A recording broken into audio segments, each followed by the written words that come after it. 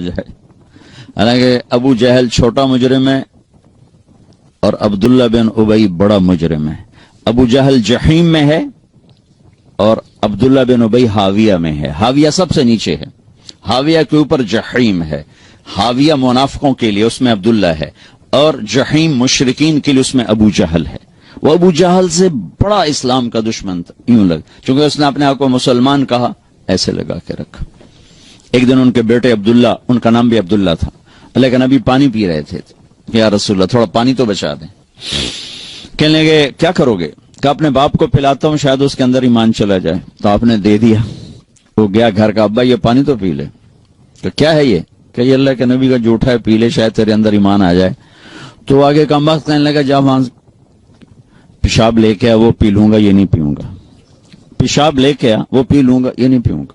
تو ان کو اتنا غصہ چڑھا, وہ گیا یا رسول اللہ مجھے اجازت دے میں اس منافق کی گردن اڑا دوں, بیٹا ہو کر میں اس منافق کی گردن اڑا دوں. کہ عبداللہ تیرا باپ ہے, قدر کر, قدر کر. میں نہیں چاہتا لوگ کہیں محمد اپنے ساتھیوں کو قتل کراتا ہے, جاؤ اس کی خدمت کرو, تیرا باپ. جنازہ پڑھا, اپنا کرتا اتار کے کفن کے طور پر دیا, اور اس کو قبر میں اتار چکے تھے. آپ دیر ہو گئے, آپ ذرا دیر سے پہنچے, اس کو دوبارہ قبر سے باہر نکلوایا, اس کے منہ میں اپنا لعاب ڈالا کہ شاید بخشش ہو جائے. اس منظر کو دیکھ کر 100 منافقوں نے کلمہ پڑھا. تو بھائیو میں آپ کی منت کرتا ہوں کہ یہاں آپ امت بن کے رہو, مسلم بن کے رہو. جو تمہارا عقیدہ ہے, جو تمہاری سوچ ہے, اس کو گلے سے لگا کے رکھو, لیکن دوسروں کو احترام دو, عزت دو, سب کو اپنا پسند. سارے ہم نے تو غیروں کو اپنا بنانا تھا, ہم نے اپنوں کو غیر بنائے تھے. تو کتنی بڑی ظلم و زیادتی کی بات. جس کے دل میں ذرہ کے برابر بھی ایمان اٹکا رہ گیا, ایک دن جنت میں جائے گا. چونکہ ایک دفعہ ایسا ہوگا کہ جہنمی لوگ مسلمانوں کو کہیں گے کہ تم بھی دوزخ میں, ہم بھی دوزخ میں, تمہارے ایمان کا کیا فائدہ؟ تو اللہ تعالیٰ اس پر فرمائیں گے کہ جس نے زندگی بھر میں ایک دفعہ لا الہ الا اللہ کہا اسے جنت میں ڈال دو. جس نے زندگی بھر میں ایک دفعہ خالی میرا نام لیا ہے اس کو بھی جنت میں ڈال دو. پتہ نہیں اللہ تعالیٰ کس کو کس بات پہ خوش ہو کہ اللہ اس کو جنت دے دے ہمیں, اور کس بات پہ ناراض ہو کہ اللہ ہماری پکڑ فرما دے. کوئی خبر ہے؟ اللہ کے نبی نے فرمایا بنی اسرائیل میں 2 بھائی تھے, ایک نیک تھا ایک گناہگار تھا.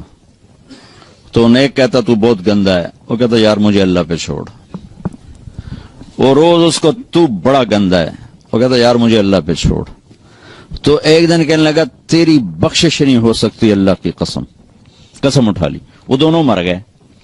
تو اللہ نے وہ اس عابد سے کہا تو نے اتنی بڑی قسم کیوں اٹھائی کہ اس کی بخشش نہیں ہو سکتی؟ تو ٹھیکیدار, چل بے تو جا جنت میں.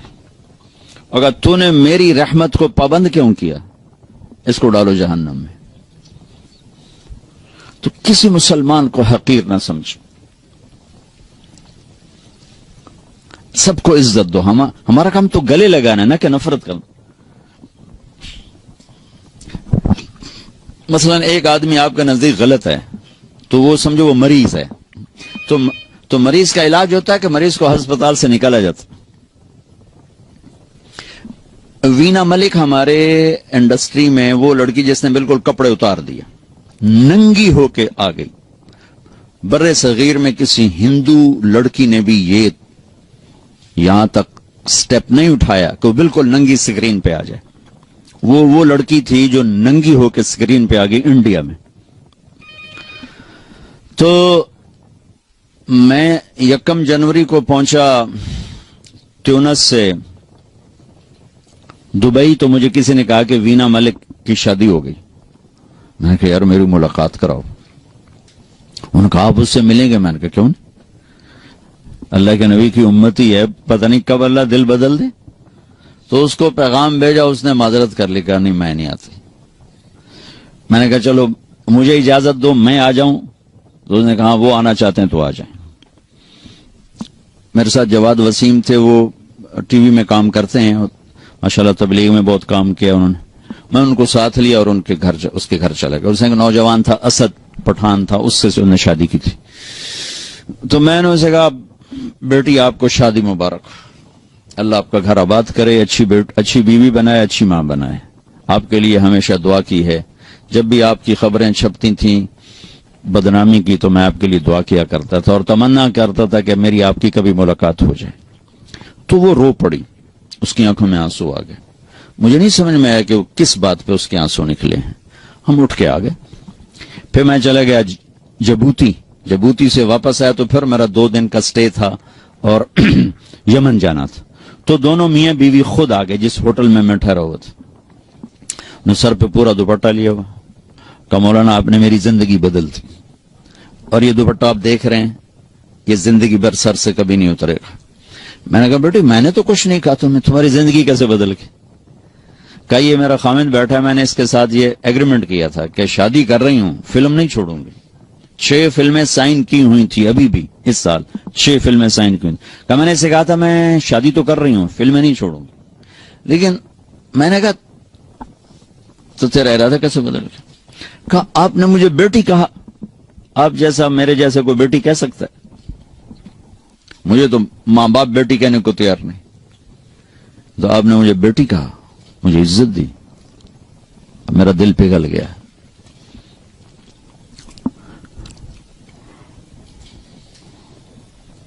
تو ہمارا کام تو قریب کرنا ہے نا، دور کرنا تو ہمارا کام نہیں ہے. تو امت میں اختلاف تو صحابہ کے دور سے ہے، نبی کے دور سے ہے. بخاری دیکھو میں وہاں چونکہ ساری تجارت دنیا میں ادھار پہ چلی گئی ہے تو وہاں فیصل آباد کا ایک بازار ہے سوتر منڈی جہاں اربوں کے کاروبار روزانہ ہوتے. تو روزانہ سر پاٹ رین گریبان پاٹ رین تیری ماں تے تیری فلانی تے تیری فلانی. تو میں نے ایک دفعہ ان کو جمع کیا، میں کہا دیکھو بھائی یا ادھار دینا چھوڑ دو،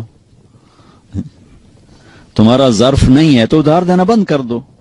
اگر ادھار دینا ہے تو پھر یہ گالیاں دینا چھوڑ دو، ورنہ تمہارا گھاٹا زیادہ ہے. 10 کروڑ 10 ارب کیا پوری دنیا بھی ایک آدمی تمہاری نگل گیا ہے تو پکڑا جائے گا قیامت کے دن. لیکن تم نے ماں بیٹی کی گالی دے دی تو جرم تیرا بھی گھٹ کوئی نہیں، کیونکہ ماں بیٹی کی گالی دینا اللہ کے عرش کو ہلا دیتا ہے. تو بھائیو آپ سے گزارش ہے اچھے اخلاق کے ساتھ یہاں زندگی گزارو اور مسلمان بن کے رہو، امتی بن کے رہو، امتی بن کے رہو. فرقہ واریت کا شکار نہ ہو، تعصب کا شکار نہ ہو، نفرتوں کا شکار نہ بنو، مسلم بن کے رہو. هو سماکم المسلمین من قبل، اللہ نے ہمیں قرآن میں کہا کہ میں نے تمہارا نام مسلمان رکھا ہے. اپنے آپ کو مسلمان بنا کے رکھو. پوری دنیا پھرا ہوں، جو فرقہ واریت کی آگ پاکستان میں ہے کہیں نہیں دیکھی. اور ہندوستان اس کے ساتھ ملے ایک ہی ٹکڑا ہے، بنگلہ دیش میں بھی اتنے، لیکن ہندوستان پاکستان میں نفرت کی انتہا ہے. تو آپ لوگوں کی روٹس چونکہ وہیں سے ہیں تو میں آپ کے سامنے ہاتھ جوڑتا ہوں کہ بطور مسلم زندگی گزارو. بس سب کو گلے سے لگانا سیکھو. میرے نبی نے تو منافقوں کو بھی گلے سے لگایا کہ اپنے آپ سے دور نہیں ہونے دیا. حالانکہ آپ تو اندر دیکھ رہے تھے کہ یہ سب منافق، لیکن اپنی مجلس سے کسی کو نہیں اٹھایا کہ تو منافق ہے اٹھ جا میری مجلس سے. کسی کو بتایا نہیں سوائے حضرت حذیفہ کی. وہ بھی اس لیے بتایا کہ کل کو کوئی نقصان ہونے لگے تو ایک آدمی کو پتا ہو کہ بھئی یہ آدمی ٹھیک نہیں. کسی کو خبر نہیں دی. ایک منافق سردار تھے زید، وہ آ کر کہنے لگے یا رسول اللہ ایمان یہاں ہے کفر یہاں ہے، ایمان لاتا ہوں میرے لیے دعا کر دے. تو آپ نے اس کے یہاں ہاتھ رکھا کہ اللہ اس کی زبان کو سچا کر دے، دل کو صاف کر دے، اس ایمان سے سینہ بھر دے. وہ کہنے لگا یا رسول اللہ میں منافقوں کا چودھری ہوں، آپ کو سارے منافقوں کا پتہ بتاؤں؟ آپ کو تو پہلے ہی پتہ تھا، لیکن چونکہ اور لوگ بیٹھے تھے کہ نہیں کسی کا نہیں بتانا، جو آئے گا ہم سینے سے لگائیں گے، جو نہیں آئے گا اس کا معاملہ اللہ پہ چھوڑیں گے. تو میرے نبی نے تو منافقوں کو بھی سینے سے لگا کے رکھا. عبداللہ بن ابی جیسے کا جنازہ پڑھا دیا، جبکہ حضرت عمر روک رہے ہیں کہ اب یہ کیا کر رہے ہیں یہ منافق ہے، شاید بخشا جائے. شاید بخشا